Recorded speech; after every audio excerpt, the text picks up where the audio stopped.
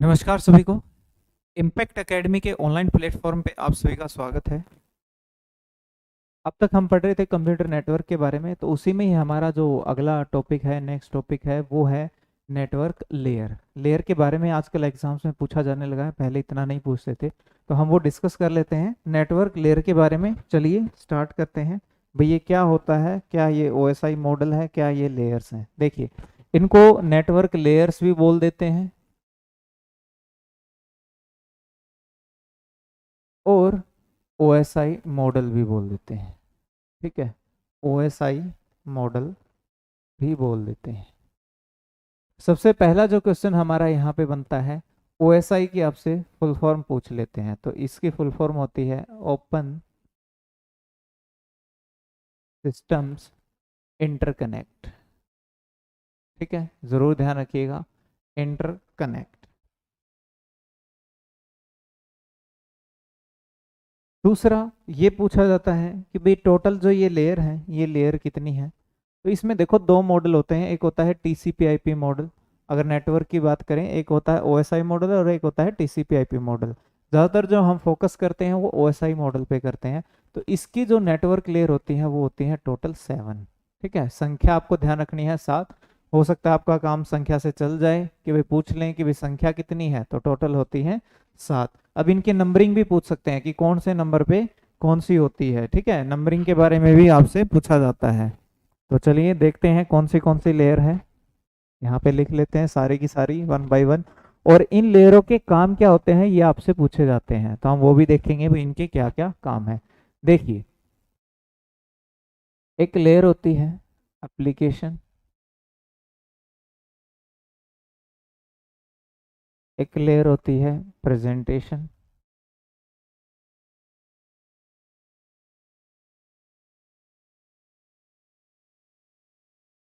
एक लेयर होती है, इसके बाद आती है session, session layer.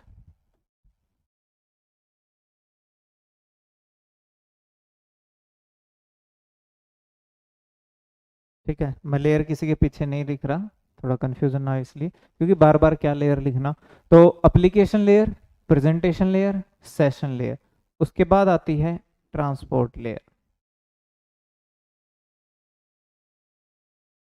Transport layer, ठीक है, ट्रांसपोर्ट लेयर के बाद आती है नेटवर्क लेयर।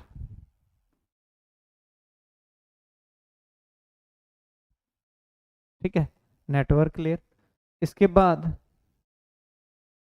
नेटवर्क लेयर के बाद आती है डाटा लिंक लेयर, डीएलएल भी इसको बोल देते हैं, डाटा लिंक लेयर। इसके बाद आती है फिजिकल लेयर। ठीक है, वैसे हमने जब इनको लिखना शुरू किया तो देखिए, हमने जब इनको लिखना शुरू किया तो हमने ऊपर लिखा है सबसे पहले एप्लीकेशन को। लेकिन जब आपसे एग्जाम में इनकी नंबरिंग पूछी जाएगी तो पहली है आपकी फिजिकल, दूसरी है डाटा लिंक, तीसरी है नेटवर्क, चौथी है ट्रांसपोर्ट, पांचवी है सेशन, छठी है प्रेजेंटेशन और सातवीं है एप्लीकेशन। ठीक है, नंबरिंग के हिसाब से आप इसको ऐसे याद रखिएगा। ठीक है, अब यहाँ पे आपसे एक तो सवाल यही हो गया कि टोटल लेयर कितनी है, तो 7 है। आप याद रखिएगा कौन सी है, application, presentation, session, transport, network, data link layer और फिजिकल लेयर। ठीक है जी, अब देखते हैं आगे हर लेयर से सवाल कैसे पूछेंगे आपसे। सबसे पहले बात करते हैं एप्लीकेशन लेयर की। सबसे पहले बात करते हैं किसकी, एप्लीकेशन लेयर की।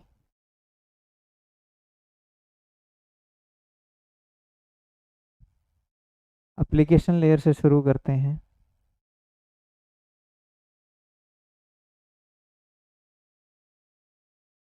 जब भी हम डाटा भेजते हैं एक कंप्यूटर से दूसरे कंप्यूटर को, जब हम डाटा भेजते हैं तो वो डाटा किसके माध्यम से जाता है, इन लेयर्स के माध्यम से जाता है। ये ऐसा हम मानते हैं, ये एक हम थ्योरी मानते हैं इसको, थ्योरी।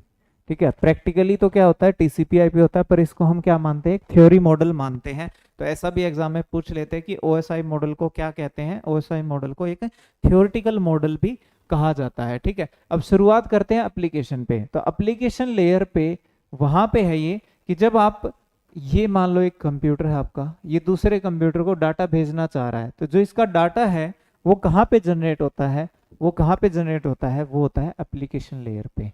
ठीक है, आपसे पूछा जाएगा प्रोटोकॉल कौन कौन डाटा को जनरेट करते हैं, फॉरवर्ड करते हैं, तो HTTP, FTP, ये एटसेट्रा।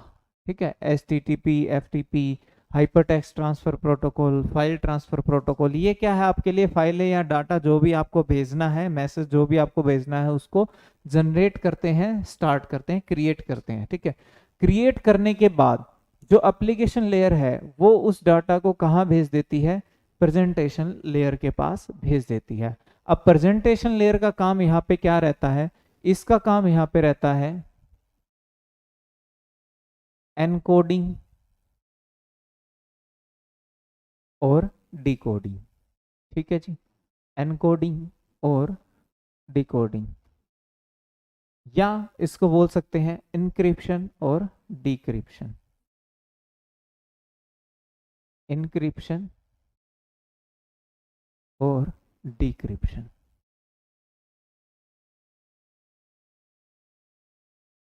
ठीक है जी, ये ध्यान रखिएगा आप, ये काम किसका है, प्रेजेंटेशन लेयर का। और ये इंक्रिप्शन और डिक्रिप्शन ये क्यों कर रहे हैं, ये ऐसा इसलिए कर रहे हैं आपके मैसेज को जो है वो प्रोटेक्ट किया जा सके, यानी कि जो भेजने वाला है और जो लेने वाला है सिर्फ उन्हीं को समझ आए, बाकी कोई थर्ड पार्टी बीच में आपके मैसेज को जो है ना वो पढ़ ना ले, आपका डाटा जो है वो देख ना ले कि क्या है क्या नहीं है। ठीक है, क्योंकि बहुत सारी सेंसिटिव इन्फॉर्मेशन हम शेयर करते हैं, मैसेजेस होते हैं हमारे पर्सनल, बहुत सारी चीज़ें होती हैं, तो हम नहीं चाहते वो शेयर हो। तो ये लेयर क्या करती है, उस डाटा को इनक्रिप्ट कर देती है, एनकोड कर देती है। अब ये दोनों इसलिए लिखा है क्योंकि भेजने वाले की तरफ से तो क्या होता है, इनक्रिप्शन या फिर एनकोडिंग, और मिलने वाला जो रिसीवर है, जो लेने वाला है, उसकी तरफ क्या होता है, डिकोडिंग या फिर डिक्रिप्शन। डिकोडिंग होती है उसकी, दोबारा से वो समझता है कि भाई आपने क्या भेजा है। ठीक है, उसके बाद सेशन लेयर। सेशन लेयर का जो काम होता है ना वो होता है डायलॉग मैनेजमेंट। ठीक है, डायलॉग मैनेजमेंट या फिर सेशन मैनेजमेंट। भाई ये दो लोगों के बीच में एक सेशन क्रिएट करता है। ठीक है, दो लोगों के बीच में सेशन मैनेज करता है, भेजने जो डाटा भेज रहा है और जो ले रहा है उस दोनों के बीच में एक कनेक्शन बना के रखता है। क्यों ऐसा इसलिए है जरूरी, क्योंकि जब भी हम डाटा भेज रहे होते हैं तो हम किसी ना किसी पर्टिकुलर जो हम किसी को भेज रहे हैं, हमारा कोई जानकार है या जिसे हम जानते हैं, हम उसको भेज रहे हैं। तो ऐसा नहीं है कि दुनिया भर के हमारे बहुत सारे जो इंटरनेट पे कनेक्ट हैं सबके पास थोड़ी ना भेजेंगे हम, तो एग्जैक्ट उसी के पास जाना चाहिए, उसी से बातचीत होनी चाहिए। यानी जब आप ऑनलाइन चैटिंग भी करते हो ना, मान लो तो आप किसी से जैसे चैटिंग कर रहे हो, तो वो क्या है, वो एक सेशन है।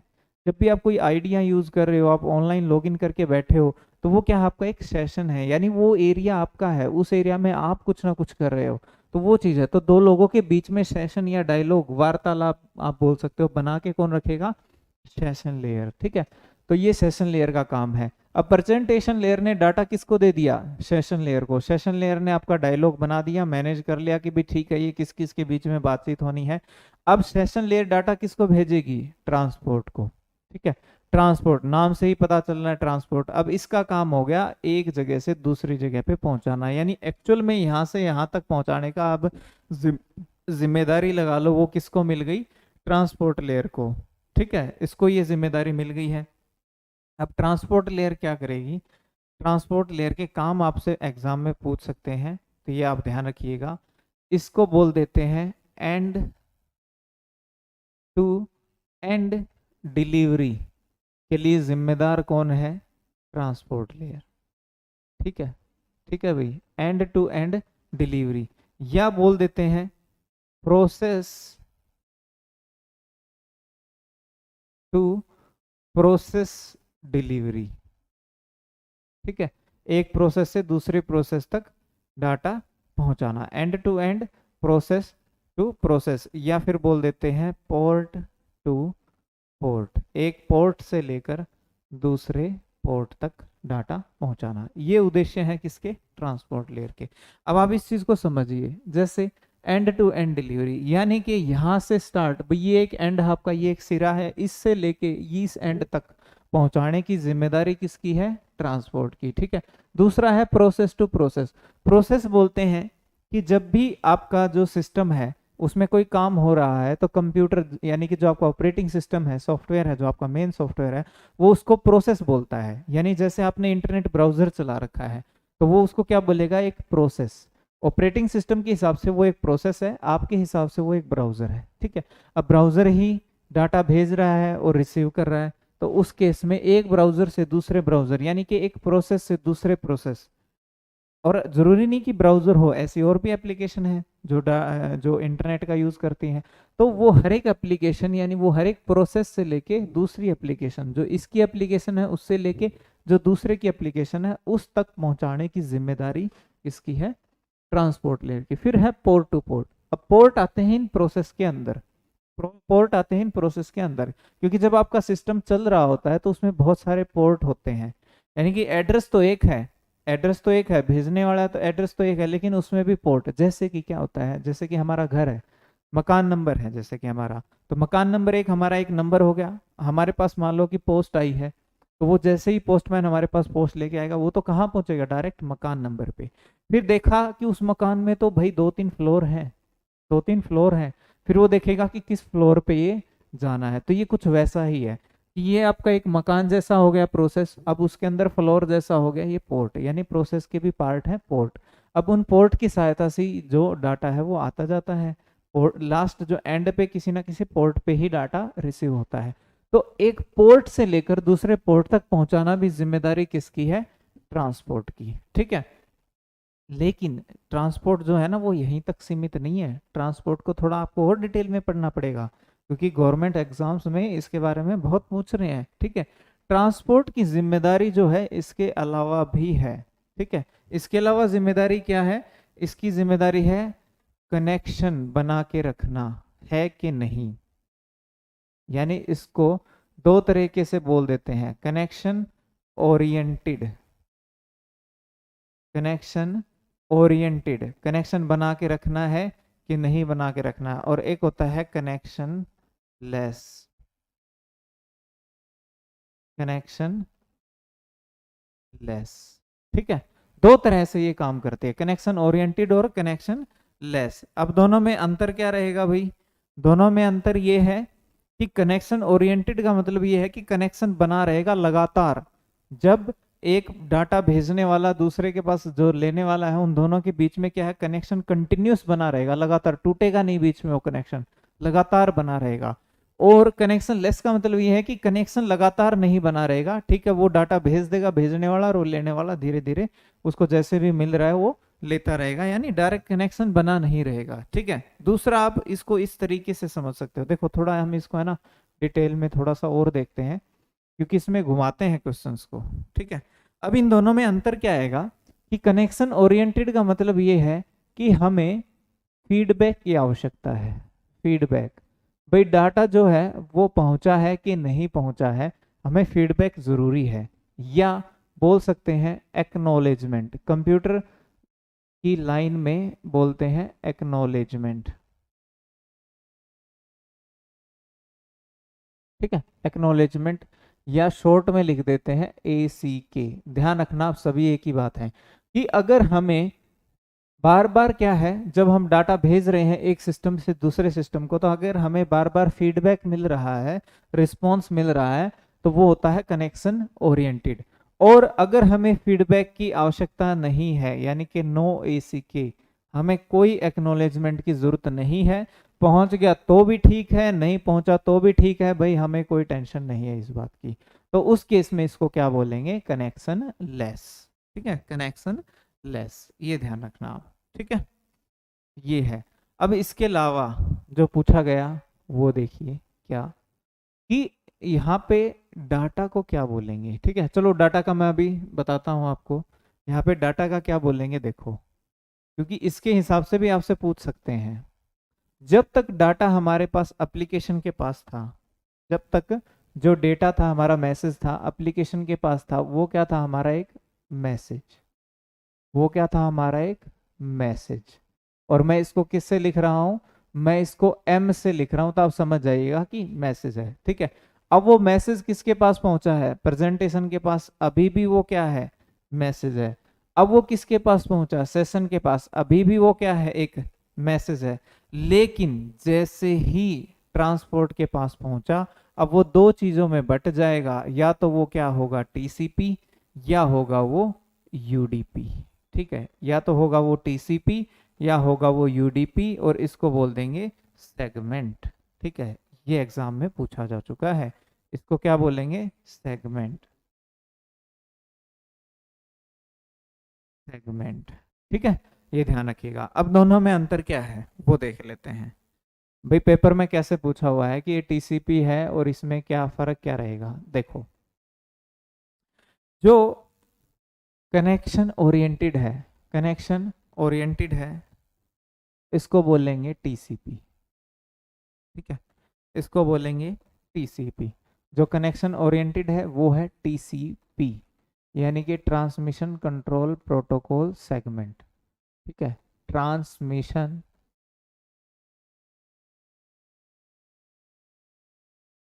Control protocol segment. ठीक है, वो ये है टीसीपी। तो आपसे कह दें कि टीसीपी सेगमेंट क्या होता है, टीसीपी सेगमेंट क्या होता है, तो टीसीपी सेगमेंट होता है कनेक्शन ओरिएंटेड। और कहाँ पे होता है ये, ट्रांसपोर्ट लेयर पे। यानी ट्रांसपोर्ट लेयर पे डाटा को हम क्या बोलते हैं, टीसीपी सेगमेंट या फिर सेगमेंट। और अगर वो कैसा है, कनेक्शन लेस, तो उसको बोल देते हैं यूडीपी सेगमेंट। यूडीपी, यूडीपी यानी कि यूजर डेटा ग्राम। ठीक है, यूजर डेटाग्राम प्रोटोकॉल, ये आप ध्यान रखिएगा। ठीक है, तो यूडीपी कहाँ है, कनेक्शन लेस है, यानी कि इसमें कनेक्शन की कोई आवश्यकता नहीं है, डाटा भेजते रहते हैं बिना टेंशन के, कोई फीडबैक की जरूरत नहीं होती। तो एग्जाम में ऐसे पूछा जाएगा कि इनमें से किसमें फीडबैक की आवश्यकता नहीं होती, ऑप्शन में मिलेगा आपको यूडीपी। या कह देंगे कि इनमें से किसमें फीडबैक की आवश्यकता होती है, ऑप्शन में मिलेगा टीसीपी।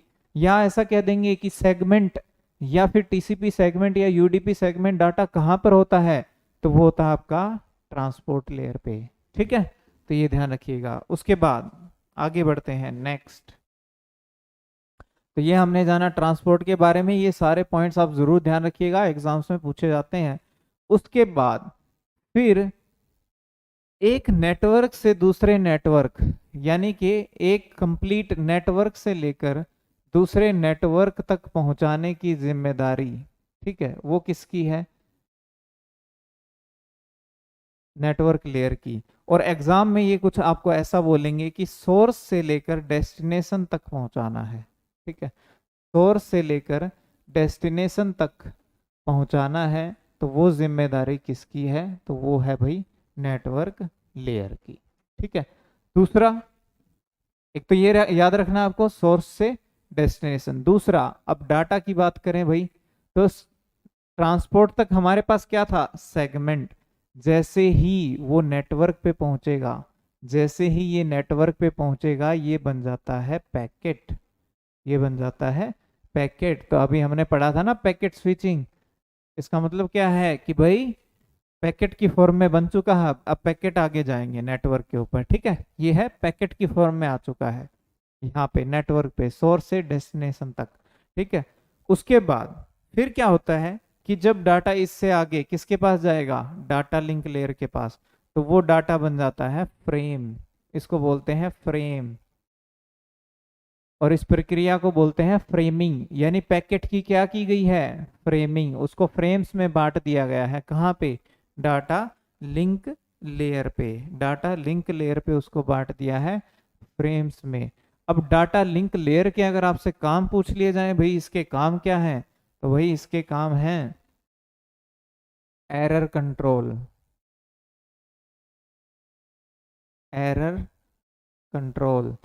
डाटा भेजते टाइम अगर डाटा करप्ट हो जाए, कोई दिक्कत आ जाए, कोई उसमें एरर आ जाए, तो उसको कंट्रोल करना इसका काम है, कंट्रोल करना, या आप बोल सकते हो चेक करना।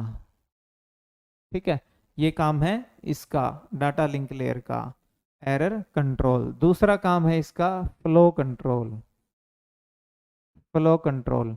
अब फ्लो कंट्रोल की आवश्यकता इसलिए है कि जब हम एक सिस्टम से दूसरे सिस्टम में जब डाटा हम भेज रहे होते हैं, तो कई बार क्या होता है कि दोनों डिवाइस की जो है ना स्पीड एक जैसी नहीं होती, किसी की कम होती है, किसी की ज़्यादा होती है, तो वहाँ पे डाटा के फ्लो को भी कंट्रोल करना है। और जो डाटा होता है वो यहाँ पे क्या होता है, फ्रेम, यानी क्या जाते हैं, फ्रेम्स जाते हैं। ठीक है, ये ध्यान रखना, ये है।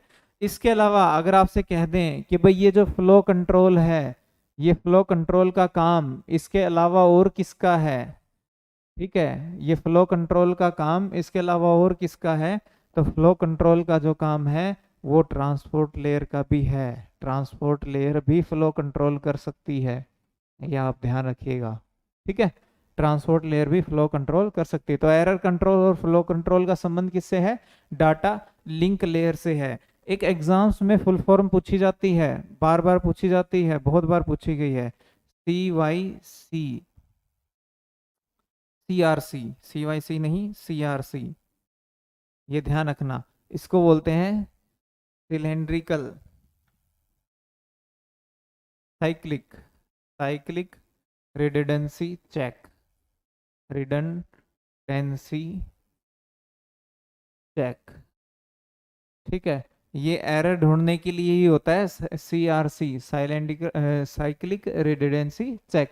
ये भी एरर ढूंढने के लिए ही है भाई, क्योंकि एरर कंट्रोल करने हैं तो एरर ढूंढना भी पड़ेगा ना भी, एरर है कि नहीं, डाटा भेज रहे थे वो प्रॉपर पहुंचा है कि नहीं, वो चेक करने के लिए क्या यूज करते हैं, CRC मेथड यूज करते हैं। एक यहाँ पे पेरिटी मेथड भी यूज करते हैं, parity, even parity, odd parity. चलो इससे ज्यादा आप डिटेल में मत जाओ, इतना ठीक है, पेरिटी मेथड भी यूज करते हैं, यहाँ तक ठीक है। अब आपका क्या आ चुका है, यहाँ पे फ्रेम आ चुका है, फ्रेमिंग हो चुकी है। अब इससे आगे क्या होगा, देखो, जब जो डाटा यहाँ पे फ्रेम है, अब आपका जो डाटा डाटा लिंक लेयर तक आपका क्या है, फ्रेम है, अब वही डाटा आपका फिजिकल लेयर पे आके बन जाता है बिट, यानी किस में बदल जाता है वो, बिट्स में, बिट्स में। अब जो ये डाटा फिजिकल लेयर के पास आ चुका है किसकी फॉर्म में, बिट्स में, और फिजिकल लेयर में बात किसकी हो रही है भाई, तो ये बात हो रही है हमारे जो ट्रांसमिशन मीडियम थे, वो हमारी फिजिकल लेयर होती हैं। ट्रांसमिशन जो हमारे मीडियम या चैनल थे वो हमारे क्या है यहाँ पे, फिजिकल लेयर। अब जो भी हमारे ट्रांसमिशन मीडियम या चैनल थे ना, radio waves, coaxial cable, fibre cable, वो सारी, अब उनमें जो डाटा होता है वो किस फॉर्म में होता है, वो होता है बिट्स की फॉर्म में, रो बिट्स इसको बोल देते हैं। ठीक है, तो ये ध्यान रखना, वो किस फॉर्म में होगा, बिट्स की फॉर्म में डाटा जो है वो जाता है। ठीक है, तो ये है लेयर्स की कहानी भाई, और ये है लेयर्स की बातें, ये आप ध्यान रखिएगा लेयर्स के बारे में। ठीक है, तो लेयर्स के कैसे कैसे क्वेश्चंस आते हैं वो मैंने आपको बता दिया। सभी लेयर के आपको काम ध्यान रखने हैं, और जो जो मैंने ये पॉइंट्स आपको बताए हैं ये सारे आपको ध्यान रखने हैं, बहुत इंपॉर्टेंट हैं आप लोगों के लिए। ठीक है, चलिए इससे आगे अब आगे बढ़ते हैं कि जब ये डाटा ट्रांसफर होता है किसी भी एक पोर्ट से, मतलब एक मीडियम में, जब डाटा ट्रांसफर होता है तो वो दो तरह से होता है। जो डाटा का ट्रांसमिशन होता है ना, ये एग्जाम्स में बहुत पूछते हैं, जो डाटा का ट्रांसमिशन होता है वो दो टाइप से होता है। एक होता है सीरियल, यानी कि 1 बिट, एक एक बिट करके, 1 बिट एट ए टाइम, एक एक बिट करके किस में जाता है, सीरियल ट्रांसमिशन में। और एक होता है पैरेलल ट्रांसमिशन, पैरेलल ट्रांसमिशन। ठीक है, पैरेलल में क्या होता है, मल्टीपल बिट एक साथ जा सकते हैं, यानी कि 8 बिट भी एक साथ जा सकते हैं, और डिपेंड करेगा कि आपका जो डिवाइस है, जो पोर्ट है, उसके कैपेसिटी कितनी है, कितनी बिट वो एक साथ ले जा सकता है, यानी उसमें पिन कितनी है उस पर भी डिपेंड करेगा कितनी बिट ले जाएगा। तो दो तरह से आपका ट्रांसमिशन होता है, एक सीरियल होता है और एक पैरेलल होता है, और ये बहुत बार एग्जाम में पूछा गया है सीरियल वाला। तो ध्यान रखना कि सीरियल में क्या होता है, सीरियल ट्रांसमिशन में या सीरियल पोर्ट में क्या होता है, एक एक बिट ही एक बार में जाती है। ठीक है, तो ये इसके बारे में ध्यान रखना। चलिए आगे बढ़ते हैं, हम थोड़ी इंटरनेट की बात कर लेते हैं।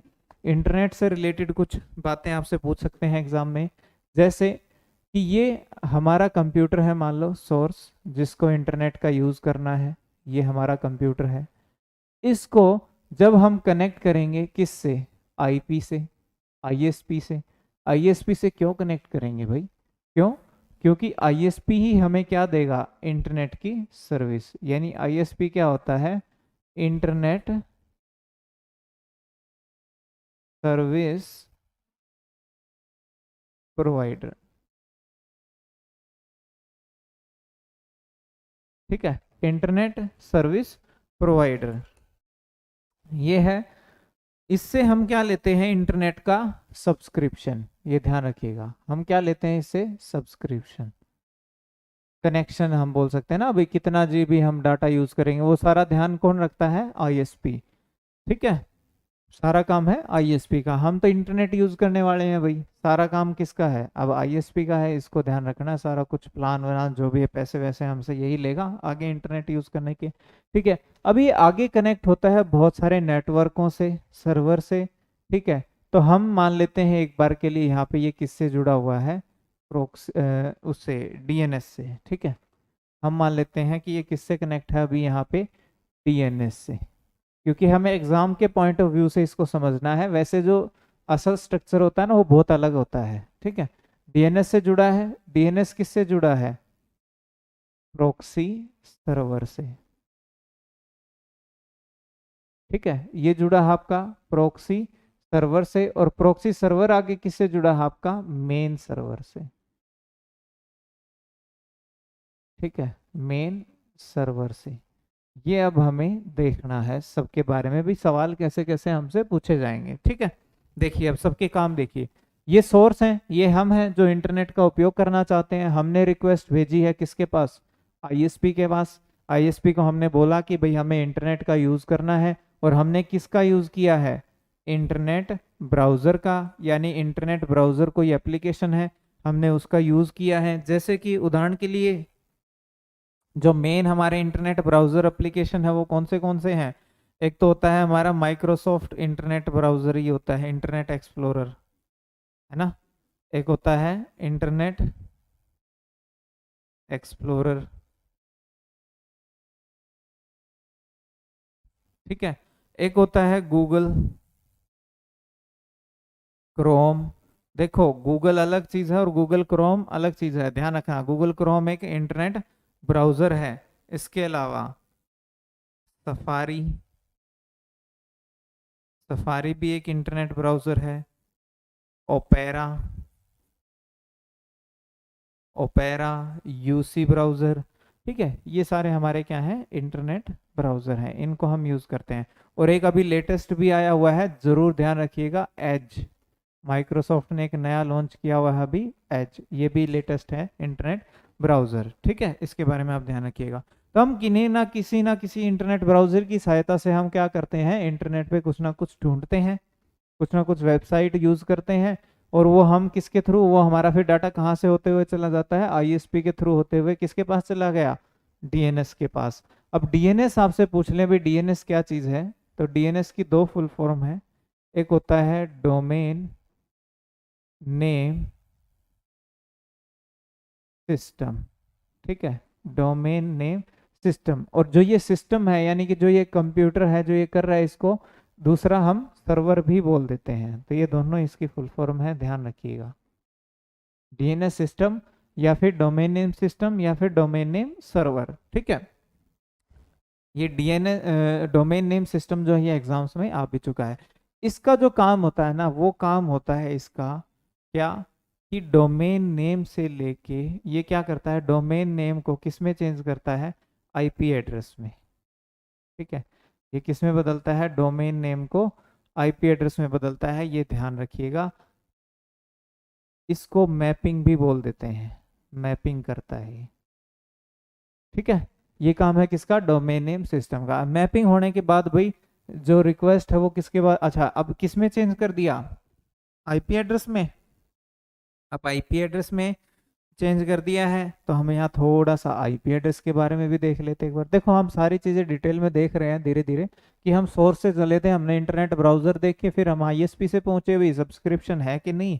अब हम पहुंच गए डीएनएस ने। डीएनएस ने क्या किया, हमारा जो डोमेन नेम था, डोमेन नेम जैसे कि अब यहाँ देखते हैं, देखो डोमेन नेम आया है एक नाम, और एक आया है आईपी एड्रेस। तो ये देखो अब क्या है, अगर डोमेन नेम की बात करें, डोमेन नेम तो डोमेन नेम हमारा, जैसे कि उदाहरण के लिए हम समझें तो जैसे कि google.com ये एक डोमेन नेम है, जैसे कि india.com ये भी क्या है, एक डोमेन। यानी वेबसाइटों के जो नाम होते हैं उनको हम क्या बोलते हैं, डोमेन नेम बोलते हैं। और जो ये डॉट के बाद पीछे जो लगा होता है इसको बोलते हैं डोमेन एक्सटेंशन। इसको क्या बोलते हैं, डोमेन एक्सटेंशन। ये ध्यान रखिएगा आप। वेबसाइटों के नाम को हम क्या बोलते हैं, लॉजिकल नाम को क्या बोलते हैं, डोमेन नेम। और इनके पीछे जो लगा होता है डॉट के बाद वो क्या होता है, एक्सटेंशन। और एक्सटेंशन क्या बताता है, इस डोमेन के बारे में बताता है। जैसे कि अगर लिखा है .org मतलब ऑर्गेनाइजेशन, भाई ये किसी ऑर्गेनाइजेशन का डोमेन है, किसी संस्था का डोमेन है। अगर लिखा है .in मतलब वो किसका है, इंडिया का है। अगर लिखा है .pk मतलब वो किसका है, पाकिस्तान का है। ठीक है, लिखा है .ca मतलब वो किसका है, कनाडा का है वो। इस टाइप से अगर लिखा है .gov.in यानी किसका है वो, गवर्नमेंट ऑफ इंडिया, भारत सरकार का है भाई वो डोमेन। इस टाइप से, ठीक है। और भी होते हैं एक्सटेंशन, जैसे कि .edu यानी कि कोई एजुकेशन संस्था है कोई। .org, org का मतलब कोई ऑर्गेनाइजेशन। ठीक है, ऑर्गेनाइजेशन हाँ हो चुका है ये, ठीक है। .nic एक ये भी हमारा बहुत चल रहा है, government.in भी चल रहा है और एक .nic.in भी चल रहा है। NIC होता है national informatic centre, national informatics centre. ये हमारी सरकारी संस्था है जो भारत के लिए, भारत की सरकारों के लिए या राज्य सरकारों के लिए भी क्या है, वेबसाइट्स वगैरह इनके जो ऑनलाइन टूल होते हैं, सॉफ्टवेयर्स होते हैं, उनको चलाते हैं। ठीक है, तो ये क्या है, डोमेन एक्सटेंशन। तो किसी वेबसाइट का नाम डोमेन हो गया और ये उसके पीछे जो डॉट के बाद होता है एक्सटेंशन, वो उसके बारे में बताता है। तो आप ये कुछ फुल फॉर्म है इनकी, जरूर ध्यान रखिएगा। ठीक है, ये तो थे डोमेन। उसके बाद नेक्स्ट अगर बात करें आगे, हम अब पहुंच गए भाई हम किसके पास, आईपी एड्रेस के पास। ठीक है, अब आईपी एड्रेस पे अगर सवाल पूछे जाएं तो जो आईपी एड्रेस होता है वो क्या होता है, किसी भी कंप्यूटर का पता होता है, एड्रेस होता है नेटवर्क के ऊपर। यानी किसी के पास भी डाटा हम भेज रहे हैं या कहाँ से डाटा जा रहा है वो कैसे पता चलता है, आईपी एड्रेस से। आईपी एड्रेस उसकी पहचान होती है। ठीक है, अब आईपी एड्रेस जो है ना वो दो टाइप के होते हैं। ठीक है, एक होते हैं, दो कैटेगरी में बांटते हैं। ठीक है, एक तो यूसेज के हिसाब से बांटते हैं, भाई इनका यूज कैसे होगा कहाँ पे। और एक बांटते हैं इसको साइज के हिसाब से। ठीक है, एक यूसेज के हिसाब से और एक साइज के हिसाब से हम इसको बांटते हैं। अब देखिए यूज के हिसाब से देखें तो ये दो टाइप के हैं, एक होते हैं पब्लिक और एक होते हैं प्राइवेट। ठीक है, पब्लिक आईपी एड्रेस होते हैं और प्राइवेट आईपी एड्रेस होते हैं। दोनों में अंतर ये रहता है कि जो पब्लिक आईपी एड्रेस है वो पूरे वर्ल्ड में, पूरी दुनिया में क्या होता है, यूनिक होता है। यानी जिसको ये वाला आईपी एड्रेस मिला है उसके पास क्या है, पूरी दुनिया में एक ही है, वो एक ही नाम है वो। ठीक है, जैसे अगर इंडिया की बात करें तो हमारा आधार कार्ड नंबर है, जैसे कि वो पूरी इंडिया की अगर बात करें तो सिर्फ क्या है, हर किसी का यूनिक है, सेम नहीं है किसी का भी। वैसे ही पूरी दुनिया में अगर ऐसा आईपी एड्रेस है जो पूरी दुनिया में किसी एक को ही दिया गया है, बाकी किसी के पास नहीं है, तो वो कैसा होगा, पब्लिक। ठीक है, और प्राइवेट, प्राइवेट क्या होता है, ये यूनिक नहीं होता, ये रिपीट हो जाता है। रिपीट हो जाता है यानी एक से ज्यादा कंप्यूटर को दिया जा सकता है, लेकिन कंडीशन फिर भी क्या है, अलग नेटवर्क में। रिपीट तो हो सकता है पर कहाँ, अलग नेटवर्क में, किसी दूसरे नेटवर्क में जो है ये रिपीट हो सकता है। ठीक है, ये आप ध्यान रखिएगा। साइज के हिसाब से अगर देखा जाए तो दो हैं, एक होता है IPv4 जो अभी तक हम यूज कर रहे हैं, इंटरनेट प्रोटोकॉल वर्जन 4, और एक होता है IPv6, इंटरनेट प्रोटोकॉल वर्जन 6। ठीक है, ये दो अभी हम यूज कर रहे हैं। IPv4 इनके बारे में पूछा जाए, अगर IPv4 यानी इंटरनेट प्रोटोकॉल वर्जन 4 के बारे में पूछा जाए, तो जो इसका साइज होता है वो होता है 32 बिट। 32 बिट 32 बिट का ये होता है, और 8 बिट के 4 टुकड़ों में इसको बांटा जाता है। ठीक है, यानी कि 4 टुकड़ों में इसको बांटते हैं 8 बिट के, ये आप ध्यान रखिएगा। ठीक है, जो IPv6 है इसका जो साइज होता है वो होता है 128 बिट। ठीक है, 128 बिट, और इसको 16-16 के पार्ट में बांटते हैं। ठीक है, 16-16 के 8 पार्टों में बांटते हैं। और रिप्रेजेंट की बात करें, एग्जाम में पूछा जाए रिप्रेजेंट की बात करें, तो इसको रिप्रेजेंट करते हैं डेसिमल फॉर्म में, नंबरों की फॉर्म में, डिजिट फॉर्म में, और इसको रिप्रेजेंट करते हैं हेक्साडेसिमल में। 16 इसीलिए यूज करें ताकि हेक्साडेसिमल लिखा जा सके। ठीक है, यानी इसको किसके उसमें यूज करते हैं, हेक्साडेसिमल फॉर्म में डिनोट करते हैं। तो अब तक ये पूछा गया है डेसिमल वाला, तो आगे हो सकता है भविष्य में हेक्साडेसिमल वाले के बारे में पूछ लिया जाए, क्योंकि अब हम IPv6 पे चले गए हैं 4 यूज करते करते। ठीक है, अभी तक हम 4 यूज करते आ रहे थे, अब 6 भी यूज करना शुरू कर दिया है। क्यों? उसका रीजन ये है कि अगर कुल IP एड्रेस की बात करें कि पूरी दुनिया में अगर देखा जाए तो ये कितना है, 32 बिट का है। तो पूरी दुनिया में हम 2 की पावर 32 इतने IP एड्रेस बांट सकते हैं। लेकिन अगर IPv6 की बात करें तो 2 की पावर 128 इतने IP एड्रेस इसकी वजह से हम बांट पाएंगे दुनिया में। ठीक है, IPv5 कोई चीज नहीं है, 4 है और 6 है, तो ये ध्यान रखना। तो ये IP का रोल था भाई। ठीक है, अब IP एड्रेस पहचान है। ठीक है भाई, उस पहचान में डोमेन नेम को किसने बदल दिया है, अभी हमारे डोमेन नेम सिस्टम ने बदल दिया है। ठीक है, अब डोमेन नेम सिस्टम से हम पहुंच गए किसके पास, प्रॉक्सी सर्वर के पास। प्रॉक्सी सर्वर के पास, अब प्रॉक्सी सर्वर क्या होता है ये आपसे पूछ लिया जाए तो ये एक सहायक का काम करता है। ठीक है, सहायक। दूसरा, ये मेन सर्वर का लोड कम करता है। ठीक है, मेन सर्वर का वर्कलोड, ठीक है, कम करता है। और वो कैसे कम करता है कि जो भी रिसेंटली जो रिक्वेस्ट आई हुई होती है डाटा की, वो रिकॉर्ड ये अपने पास रखता है। तो रिसेंट डाटा अपने पास रख के अगर उसी डाटा की अगर आपको बार बार जरूरत पड़ रही है तो ये मेन सर्वर तक आपको जाने नहीं देगा, ये खुद ही मेन सर्वर की तरह आपको दिखेगा और आपका जो है काम ये कर देगा, ताकि मेन को लोड ना पड़े। यानी कि एक असिस्टेंट का काम करता है, ये आप ऐसे बोल सकते हो। ठीक है, किसका काम करता है, असिस्टेंट का काम करता है मेन सर्वर के लिए। ठीक है,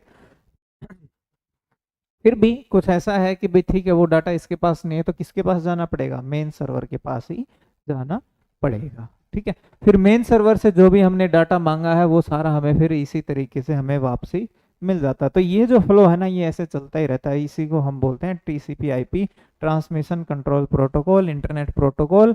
क्योंकि कंट्रोल भी हो रहा है यहाँ पे और इंटरनेट प्रोटोकॉल की सहायता से हो रहा है। IPv4 और IPv6 हम यहाँ पे यूज कर रहे हैं। अब आगे देखिए, अगर इन सर्वर के बारे में पूछ ले, भाई सर्वर के बारे में भी हो सकता है आपसे पूछ ले भी कैसे कैसे ये आपके सर्वर होते हैं जो यहाँ पे जिनसे हम डाटा मांग रहे हैं ना, जिनसे हम यहाँ डाटा कम्युनिकेट कर रहे हैं, तो इनके टाइप आपसे पूछ सकता है। ठीक है, टाइप आपसे पूछ सकता है, तो भाई क्या क्या होंगे। सबसे पहले मेन जो सर्वर होता है आपका, एक होता है फाइल सर्वर, यानी जहां पे क्या होता है फाइलें रखी होती हैं आपकी, जो भी फाइलें कैसे, जैसे कि PDF है। ठीक है, PDF है, इमेज है, पिक्चर्स हैं, image, pictures, world wide web documents, ये सब कहाँ रखे होते हैं, फाइल सर्वर पे। ठीक है, एक दूसरा सर्वर होता है डाटाबेस सर्वर। ठीक है, डाटाबेस सर्वर, इसका मुख्य उद्देश्य होता है आपके डाटा को ऑर्गेनाइज तरीके से रखना, प्रॉपर तरीके से रखना आपकी डिटेल्स के बारे में। ठीक है, अगर फाइलें हैं तो उनको देख लेगा ये, लेकिन जो टेक्स्ट डाटा है आपका, जैसे कि नाम है, डेट ऑफ बर्थ है, ये आपकी जो भी बेसिक डिटेल है यानी टेक्स्ट फॉर्म में जो भी है उसको ऑर्गेनाइज तरीके से रखेगा डाटाबेस सर्वर। ठीक है, उसके बाद एक सर्वर होता है ईमेल सर्वर, ठीक है, एक सर्वर होता है ईमेल सर्वर। ईमेल सर्वर का उद्देश्य क्या होता है, इसका काम है मेल भेजने के लिए, ठीक है, इसका काम क्या होता है, मेल भेजने के लिए। जैसे कोई आप ऑनलाइन आप फॉर्म वॉर्म भरते हो या कोई कहीं पे डिटेल भरते हो, कोई शॉपिंग करते हो, तो आपके पास क्या होता है, बार बार ईमेल आती हैं, इलेक्ट्रॉनिक मेल आती हैं, तो वो इस सर्वर द्वारा भेजी जाती हैं। एक और सर्वर होता है SMS server, short messaging server. इसका उद्देश्य होता है आपके फोन पे मैसेजेस वगैरह भेजना। आजकल देखा होगा ज्यादातर किस में यूज हो रहा है इसका, ओटीपी भेजते हैं ना, OTP, one time password, full form ध्यान रखिएगा, कंप्यूटर का ही वर्ड है ये, फुल फॉर्म आ सकती है, ओटीपी, वन टाइम पासवर्ड, ठीक है। एसएमएस सर्वर उसका काम है भाई हमारे पास मैसेज वगैरह भेजना। उसके बाद एक सर्वर होता है पेमेंट सर्वर, ठीक है। अच्छा, इसको एसएमएस सर्वर या एसएमएस गेटवे भी बोल देते हैं, एसएमएस गेटवे, ठीक है, एसएमएस गेटवे बोल देते हैं। और इसको पेमेंट सर्वर या पेमेंट गेटवे भी बोल देते हैं, इसको भी गेटवे बोल देते हैं, ठीक है, पेमेंट गेटवे, ध्यान रखना।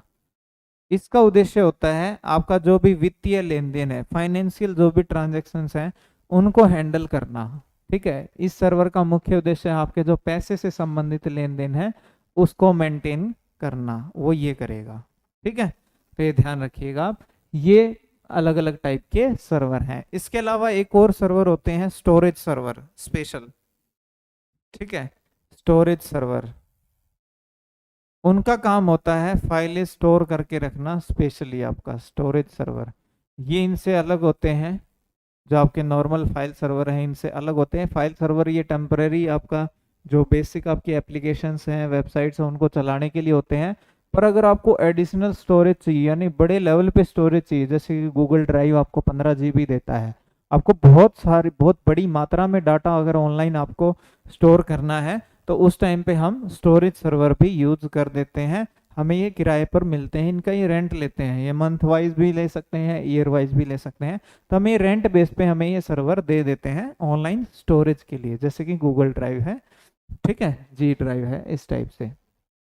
तो अलग अलग प्रकार के सर्वर हैं, तो आप ध्यान रखिएगा ये सर्वर के टाइप हैं। तो चलिए थोड़ा देख लेते हैं एक बार, अभी हमने क्या पढ़ा है यहाँ पे, मोटा मोटा हम देख लेते हैं कि सबसे पहले तो हमने क्या देखा, ओएसआई मॉडल के बारे में देखा। उसमें 7 लेयर थी भाई, 7 लेयर थी, जिन लेयरों के बारे में आपको पता होना चाहिए, बहुत इंपॉर्टेंट है।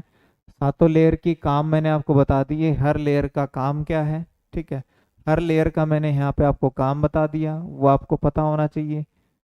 यहाँ पे मैंने आपको बताया कि जब हम इंटरनेट का उपयोग करना शुरू करते हैं, वहाँ से लेकर कि हम किसका यूज़ कर रहे हैं, कोई इंटरनेट ब्राउज़र यूज़ करेंगे, जैसे कि इंटरनेट एक्सप्लोरर है, गूगल क्रोम है, सफारी है, ओपेरा है, ऐसा कोई हम एक इंटरनेट ब्राउज़र यूज़ करेंगे, उस पर हम कोई ना कोई वेबसाइट ओपन करेंगे, ठीक है। अच्छा, कुछ वेबसाइट ऐसी भी होती हैं जिन पे हम सिर्फ सर्चिंग के लिए यूज़ करते हैं, तो उनको बोलते हैं सर्च इंजन, जैसे कि गूगल है, याहू है, बायडू है, ये क्या है, खोज.com है, MSN.com है, ये सर्च इंजन होते हैं। इन पे हम दूसरी वेबसाइटों को ढूंढते हैं, यानी ये ऐसी वेबसाइट है जिन पे हम दूसरी वेबसाइटों को ढूंढते हैं, तो वो सर्च इंजन हो गए। अब यहाँ से हमने कुछ सर्च किया, वो हमारा जाता है आईएसपी के पास, जो हमारा इंटरनेट सर्विस प्रोवाइडर है, वो देखता है कि हमारा सब्सक्रिप्शन है कि नहीं है। अगर है तो ठीक है, फिर वो हमारी आगे रिक्वेस्ट डीएनएस को भेज देता है। डीएनएस क्या करता है, हमने जो भी डोमेन नेम ब्राउजर को बताया है, जैसे कि google.com, india.com, तो ये जो डीएनएस है ये क्या करेगा, उसको फिर आईपी एड्रेस में मैप कर देता है, यानी कि चेंज कर देता है। डोमेन नेम में जो पीछे डॉट के पीछे लगा है वो होती है एक्सटेंशन, एक्सटेंशन बताती हैं उस डोमेन के बारे में भी, वो डोमेन किस बारे में है। .info है तो इंफॉर्मेशन, .org है ऑर्गेनाइजेशन, .com है कमर्शियल, तो ये सारे आपको फुल फॉर्म इनकी ध्यान रखनी है, ठीक है। जैसे .edu है तो एजुकेशन, .ac.in अकेडमी, इस टाइप से, ठीक है। तो ये सब होने के बाद फिर आता है प्रॉक्सी सर्वर, ये सहायक का काम करता है, मेन सर्वर का जो है लोड कम करता है। आईपी एड्रेस हमने डिस्कस किया, 2 टाइप के हैं, उपयोग के आधार पे और एक साइज के आधार पे। उपयोग में देखें तो पब्लिक और प्राइवेट 2 होते हैं। पब्लिक हमेशा यूनिक होते हैं, दुनिया में एक ही दिया जाता है हर एक किसी को। अलग अलग, यानी कि रिपीट नहीं किए जा सकते, सेम किसी दूसरे को नहीं दे सकते। पर प्राइवेट क्या होते हैं, रिपीट होते हैं पर अलग अलग नेटवर्क में, यानी छोटे छोटे नेटवर्क जब हम बनाते हैं, जैसे कि एक हम बिल्डिंग में, हमने हमारी बिल्डिंग में बना लिया तो वहां पे उसको कुछ आईपी एड्रेस दे दिया, वही सेम आईपी एड्रेस अगर हम बाहर कोई और नेटवर्क बना रहे हैं किसी दूसरी बिल्डिंग में, तो प्राइवेटली हम वो दूसरा उसको दे सकते हैं, लेकिन पब्लिक हम दूसरा नहीं दे सकते, सेम नहीं दे सकते, ठीक है। फिर साइज की बात करें तो IPv4 होता है और IPv6 होता है। 4 की बात करें तो 4 में 32 बिट का होता है और IPv6 128 बिट का होता है। इसमें 8-8 बिट के 4 टुकड़े होंगे जिसे हम डेसिमल में डिनोट करते हैं। इसमें 16-16 के हैं 8, 16-16 के हो गए 8, और जिसको हम किस में रिप्रेजेंट करते हैं, हेक्साडेसिमल में, ठीक है। किस में रिप्रेजेंट करते हैं, हेक्साडेसिमल में, ये आप ध्यान रखिएगा, ठीक है। उसके बाद फिर मेन सर्वर पे गए, क्योंकि सारा लेन देन तो हमारा किससे है, मेन सर्वर से ही है। अब मेन सर्वर के अगर आपसे टाइप कहें तो कैसे कैसे होते हैं, तो फाइल सर्वर होते हैं जिन पे फाइलें रखी होती हैं, डाटाबेस सर्वर होते हैं जिन पे टेक्स्ट इन्फॉर्मेशन होती है, एक ऑर्गेनाइज अच्छे वेल मैनेज तरीके से होती है। और मेल सर्वर, इनका काम ईमेल्स वगैरह भेजने के लिए है। SMS सर्वर इनका मैसेजेस वगैरह, शॉर्ट मैसेजिंग सर्विसेज इनका SMS भेजने के लिए होता है। ज़्यादातर OTP वगैरह आते हैं हमारे पास तो वो इसी से आते हैं। और पेमेंट गेटवे, यानी कि जिनका उद्देश्य क्या होता है, बीच में वित्तीय आपके लेन देन करना होता है, तो वो है, ठीक है। तो ये ध्यान रखिएगा आप। तो ये थे हमारे इंटरनेट के बारे में कुछ मुख्य बातें जो हमने डिस्कस करी, ठीक है।